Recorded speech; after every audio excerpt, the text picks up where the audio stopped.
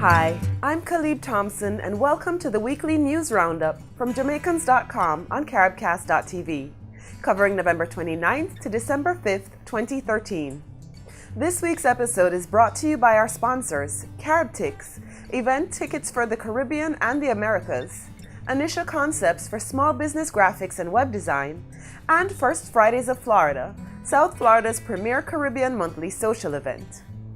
Off the top in Caribbean news, according to a report from Transparency International, Barbados is one of the least corrupt countries in the world and has the top ranking among CARICOM countries on the Corruption Perception Index. The Caribbean Financial Action Task Force has blacklisted Belize. According to the CFATF, Belize is not complying with mandates to address deficiencies in laws applying to money laundering and offshore banking, and has failed to take sufficient actions in curbing illegal fishing. These activities could have serious negative impacts on the nation's banking industry. According to the Pan American Health Organization and the World Health Organization, Latin America and the Caribbean nations are outpacing other developing countries in levels of coverage of people who need antiretroviral treatment for HIV. 75% of those who need it receive the required treatment, up 10% over the past 2 years. In Jamaican news, according to Sandria Falconer, Minister of Information in Jamaica, police seized 2 9mm bullet-making machines and more than 3,000 rounds of ammunition at the port of Kingston. Falconer clarified after the media referred to the machines as missile warheads.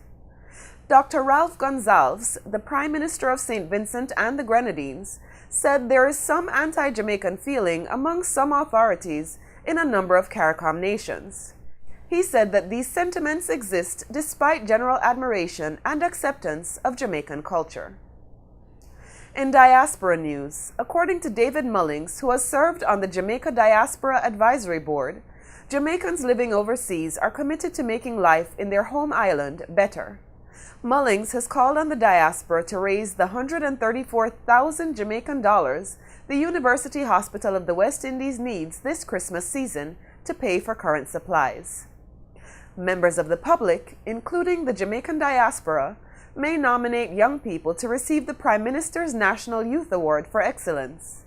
The awards are given to young Jamaicans between the ages of 15 and 24 who have excelled in academics, agriculture, arts, entrepreneurship, journalism, leadership, sports, service, or international achievement. In 2013, special focus will be placed on youths who have overcome great odds and attained excellence. And in entertainment, Junior Murvin, a reggae singer who had been treated for diabetes and high blood pressure, died at a hospital in Port Antonio at the age of 67. He is best known for his 1976 hit song, Police and Thieves. American audiences voted Jamaica's Tessane through to the semifinals on the U.S. talent show, The Voice. The judges praised her ability, calling her a world-class vocalist. In sports, Warren Blake, president of the Jamaica Administrative Athletics Association, has strongly defended Jamaican athletes after the World Anti-Doping Agency threatened to ban them from competing at international events. Blake said Jamaica's athletes are the most tested in the world and that about 125 drug tests were done before the Olympics in London. Usain Bolt and Shelly-Ann Fraser-Pryce, Jamaican sprint champions, are on the short list to receive the Athlete of the Year award from the United States Sports Academy for 2013 on December 20th. Bolt is competing against LeBron James, Tiger Woods, Rafael Nadal, and Lionel Messi. Fraser-Pryce is on the list with Serena Williams and Missy Franklin. In business, Colin Bullock, the director of the Planning Institute of Jamaica, does not agree with a suggestion that more stimulus spending by the government will lead to economic growth. He says stimulus spending is not effective in small open economies like Jamaica, and since Jamaica's spending is chiefly on imports. Henry Lowe, a renowned Jamaican scientist and entrepreneur, is starting a company that seeks to capitalize on the worldwide market for medical marijuana.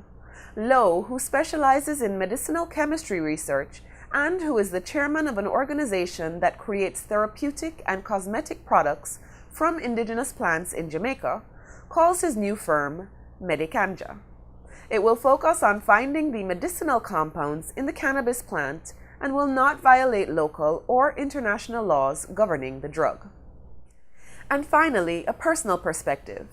On Thursday, December 5th, 2013, the world lost one of our last and most revered living heroes, Nelson Mandela. He spent his life as a freedom fighter, choosing to sacrifice his liberty, and if necessary his life, for the cause of equality among people of all races.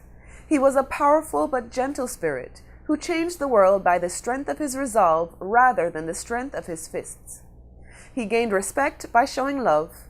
He demanded that good prevail, and though he lost 27 years of his physical freedom, he won the war for equal rights for all of Black South Africa.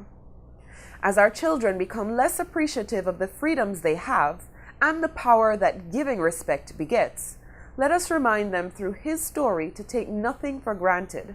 Let us never forget that because of men like him, doors have been opened for people like us.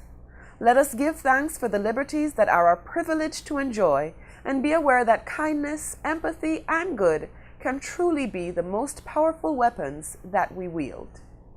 For more headlines and the news in detail, visit Jamaicans.com and follow them on Twitter and Facebook.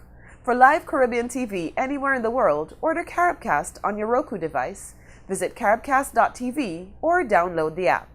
For all of us at Jamaicans.com and Caribcast.tv, keep on keeping on. We'll see you next time on the Weekly News Roundup.